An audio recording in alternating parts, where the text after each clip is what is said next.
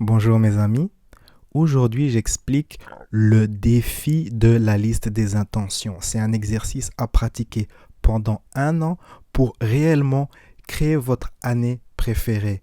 En quoi consiste cet exercice? Cet exercice consiste à réellement mettre vos pensées, votre énergie dans une direction bien donnée, bien déterminée et renforcer cela chaque jour ou presque chaque jour en faisant cet exercice de la liste des intentions que je vais vous expliquer dans quelques instants. Mais comme vous le voyez dans la vidéo, je me dirige également vers le sommet du mont Pilatus, une montagne qui se trouve dans la région de Lucerne en Suisse. La vie est un voyage, appréciez la balade. Maintenant revenons à cet exercice de la liste des intentions. D'où cela vient cet exercice, cette idée de faire un défi comme ça de la liste des intentions? Eh bien, il y a quelques années, l'un de mes amis s'est mis à écrire une liste d'intentions de au moins 7 éléments et il s'est rendu compte qu'à la fin de l'année, les choses qu'il avait écrites s'étaient réalisées, s'étaient produites. Et il a partagé cet exercice avec d'autres personnes qui se sont également mises à écrire cette liste, une liste de leurs intentions, et ils ont remarqué que leurs intentions se devenaient des réalités comme ça.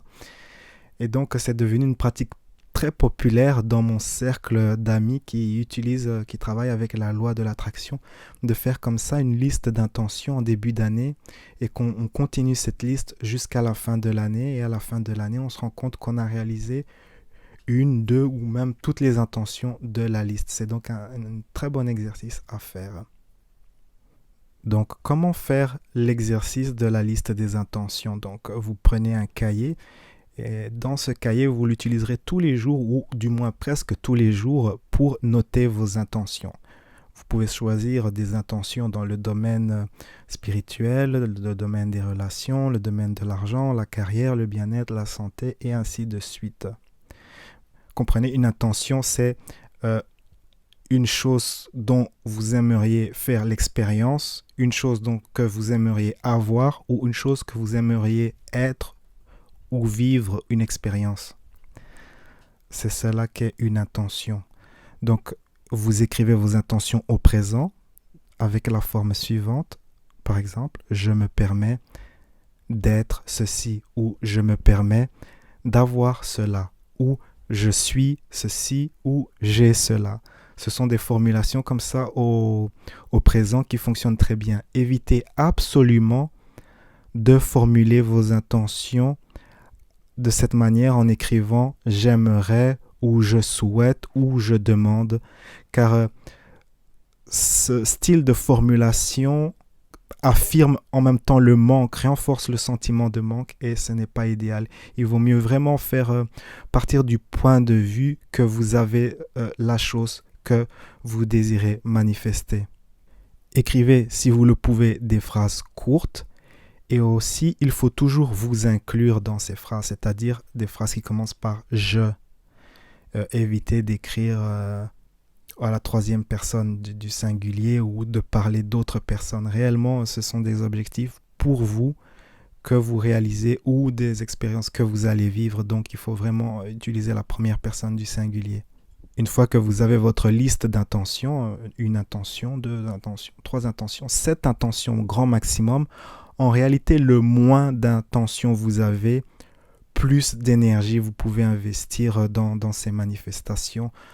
Il est plus facile de se concentrer sur un faible nombre d'objectifs. Ma liste d'intentions contient 7 éléments, mais réellement, il y a 2-3 intentions qui sont vraiment prioritaires et sur lesquelles j'investis plus mon énergie. Une fois que vous avez votre liste des intentions, vous remarquerez qu'au début, il y a peut-être de l'incertitude. Est-ce que c'est vraiment ce que je veux? Rien n'est écrit, rien n'est gravé dans une pierre. Pendant les 2 premières semaines, vous pouvez jouer comme ça, changer des intentions, raffiner vos intentions, les améliorer. Et peut-être après 2-3 semaines, vous avez vraiment les intentions qui sont vraiment les plus claires. Et c'est avec celles-ci que vous allez travailler le reste de l'année. pendant les 2 premières semaines. Comme ça, vous pouvez expérimenter avec des formulations et peut-être changer. Peut-être même vous pouvez utiliser une intention et puis vous rendre compte que ce n'est pas réellement quelque chose que vous désirez ou peut-être qu'il y a un désir plus profond. Donc pendant les 2 premières semaines, soyez flexible et comprenez que vous pouvez changer vos intentions. Avec la liste des intentions terminée, vous allez les écrire dans un cahier, un carnet. Vous les écrivez tous les jours, donc en haut de page, en haut d'une page, dans un carnet, dans un cahier. Et avec le reste de l'espace, vous allez pratiquer ce que j'appelle la méthode du scénario. Donc imaginez que l'année soit écoulée et que toutes vos intentions se sont réalisées. Et dans ce scénario, donc, vous allez écrire un petit paragraphe ou 2 paragraphes, 3 paragraphes où vous décrivez comment est votre style de vie une fois que toutes ces intentions sont réalisées, comment vous êtes, comment vous vous sentez, quelles sont vos émotions. Vous pouvez écrire une petite scène. En ce qui me concerne, j'écris chaque jour une petite scène de comment sera ma vie quand toutes ces choses seront réalisées, les changements que j'ai faits dans ma personnalité, les changements extérieurs et ainsi de suite. Et j'écris cela. J'écris cela au passé. Pourquoi au passé? Car le cerveau humain ne fait pas la différence entre le passé, le présent et le futur. Pour le cerveau, c'est la même chose. Et comme vous le savez, on est souvent influencé par nos souvenirs, notre passé, tout ça. Il y a le fameux thème du passé traumatique. Eh bien, cela permet le passé traumatique qui influence les personnes dans le présent. Eh bien, cela permet de tirer avantage de ce phénomène, car vous allez créer des souvenirs en écrivant au passé. Vous allez créer des souvenirs qui viennent du futur. Et ces souvenirs vous influenceront donc pour créer votre futur idéal. Car votre cerveau ne fait pas la différence entre ce qui est vrai, réel, ce qui est passé et faux. Pour le cerveau, c'est juste du data, de l'information comme ça qui est dans votre esprit. Et donc, quand vous créez ces souvenirs du futur, ceux-ci se mettent à vous influencer et vous assistent à aller dans la direction de votre réalité préférée.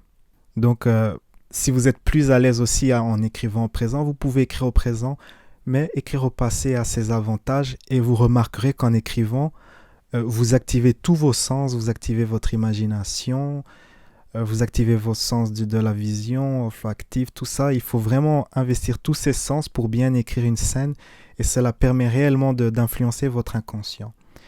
Quand pratiquez cet exercice, vous pouvez le faire le matin quand vous vous levez ou le soir avant de dormir, quand vous rentrez comme ça dans un état plus propice à la communication avec votre inconscient, quand vous êtes relaxé.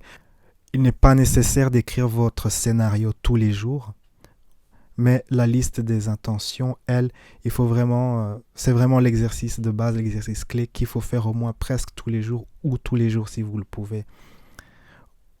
Au moins 4 à 5 fois par semaine. L'idéal, c'est de le faire tous les jours. Mais vous remarquerez qu'après un certain temps, après quelques mois ou quelques semaines, quand vos intentions quand vous aurez le sentiment que c'est prêt, que c'est planté, et vous n'aurez plus du tout l'envie d'écrire vos intentions. Dans ma vie personnelle, c'est un phénomène qui se passe après 2-3 mois. Je sens que mes intentions sont plantées, que je ne dois plus toucher. Et donc j'arrête d'écrire, j'arrête l'exercice complètement et les choses se produisent d'elles-mêmes. Donc si c'est aussi le cas pour vous, vous pouvez procéder comme ça. Il y a d'autres personnes qui continuent à écrire leurs intentions jusqu'à la fin de l'année. Cela dépend si le projet est grand ou important. Par exemple, les intentions que j'utilise pour cette année, je remarque qu'elles sont déjà en train de se manifester. Donc c'est déjà une bonne chose. Et donc j'entre déjà dans cette réalité préférée. Donc dans quelque temps, je pourrais barrer certaines de mes intentions car elles seront réalisées. Donc voilà, c'est l'exercice de la liste des intentions. Si vous avez des questions, laissez-les dans la section des commentaires ou encore mieux, allez sur mon forum loidelatraction.fr et posez vos questions sur la discussion dédiée à l'exercice de la liste des intentions. Je vous souhaite une bonne création de réalité. La vie est un voyage, appréciez la balade. À bientôt.